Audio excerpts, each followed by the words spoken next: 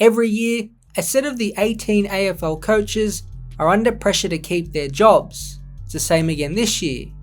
Experienced coaches in Ken Hinkley and Luke Beveridge face the final years of their contracts, and Justin Longmuir and Matthew Nicks headline the 4 to 5 year coaches who are yet to reach preliminary finals. But not many talk about the fresh faces who come into jobs, and we have quite a few in 2025. They, unlike their peers, are still in the luxury period of experimentation with their squads, or are helping to guide a rebuild into a new era. With these new appointments made, it's a good time to look at the AFL coaches and a growing trend. Right now, it seems clubs are deciding to bring in the new and get rid of the old. History says it's the right thing to do. If we take a look at each of the 18 clubs' last appointments for the senior coach position, just 5 had previously been a senior coach at another club. Brad Scott was at North Melbourne, Damien Hardwick was at Richmond, Alistair Clarkson at Hawthorn, Michael Voss at Brisbane, and Ross Lyon at both Fremantle and St Kilda. This dates all the way back to 2010, when Geelong hired Chris Scott in October of that year, who, with John Longmire giving up his gig at Sydney, is now the longest serving coach in the competition. So with 5 of the 18 coaches having had prior experience, let's have a look at their current records with their clubs. The best of the bunch is Michael Voss. Combined at Carlton in games he has coached, they have won a total of 37 games, had a draw, and lost 29 for an overall win rate of 55%. It's not bad. Ross Lyon has won 24 games and lost 22 for a 52% win rate, and these are the only 2 out of the group that have won over half their games. Brad Scott and Damien Hardwick sit at a 48% win rate each, and Alistair Clarkson at North Melbourne has won just 17% of the 36 games he has coached. Now there are a whole range of reasons for their records, and obviously not all of them have been at their clubs for a long period of time. But if we compare their records with some of the coaches who had no prior experience, it is eye-opening. Besides Matthew Nicks and Adamuze, the 5 sit at best middle of the range, but well behind many of the other coaches. It's important to mention a lot of these coaches have been at their clubs for a long period of time as well, and you can look at that as an advantage or disadvantage in terms of their records. The top 7 highest winning percentage coaches with their current sides all were first-time coaches.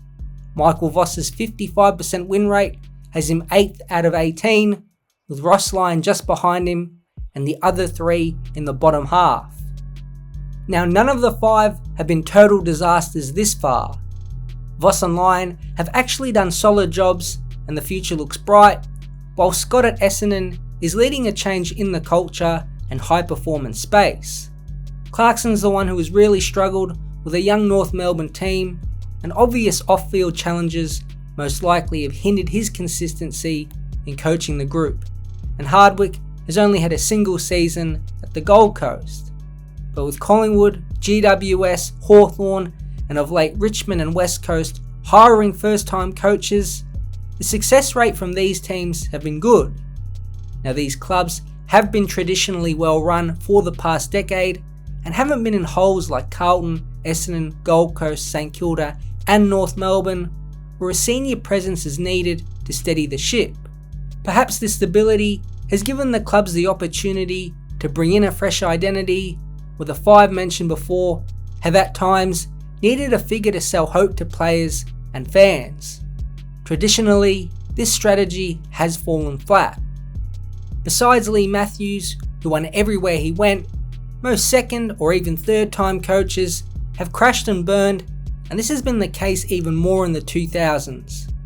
Mick Malthouse was initially successful his 3rd time around with Collingwood, but his 4th coaching gig at Carlton ended badly. In 3 years at the Blues, he won a total of 19 games and went 1 win and 7 losses in 2015 before being sacked. Rodney Eade was supposed to be a calm head on the Gold Coast, but he never won more than 6 games in his 3 years there, and even other all-time greats in Dennis Pagan and Malcolm Blight in the early 2000s at Carlton and St Kilda barely got going before getting the sack. Others have done okay in Terry Wallace at Richmond, John Worsfold at Essendon, and Paul Roos, whose record at Melbourne wasn't great, but he did change the culture and lay the foundation for Simon Goodwin. Now all of these examples have something in common.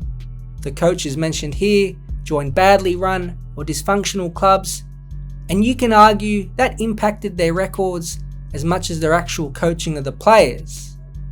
But the facts and history don't lie. The majority of second and third time coaches since 2000 have not had a great run. In fact, not a single coach in this period of time at their last job has made a grand final besides Lee Matthews. The best effort has been Michael Voss, who got Carlton to a preliminary final in 2023. The new strategy clubs seem to be adopting is to pick up assistants from successful clubs, and this has worked.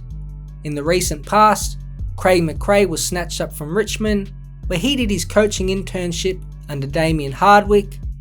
Adam Kingsley also spent a few seasons with Richmond midway through their 3 premiership run and has been great so far at the Giants. Adam Uze was with Hawthorn under Alistair Clarkson and a key member of the coaching group that led Melbourne to their drought-breaking flag in 2021. And the latest to follow this path include Andrew McQualter, who has just joined West Coast, spending 10 seasons with Richmond, starting off as a VFL coach and eventually coaching the senior side when Damien Hardwick departed, and Dean Cox, who was John Longmire's right-hand man at Sydney. This strategy has been far more effective long and short term for clubs looking for a coach up until this point in time.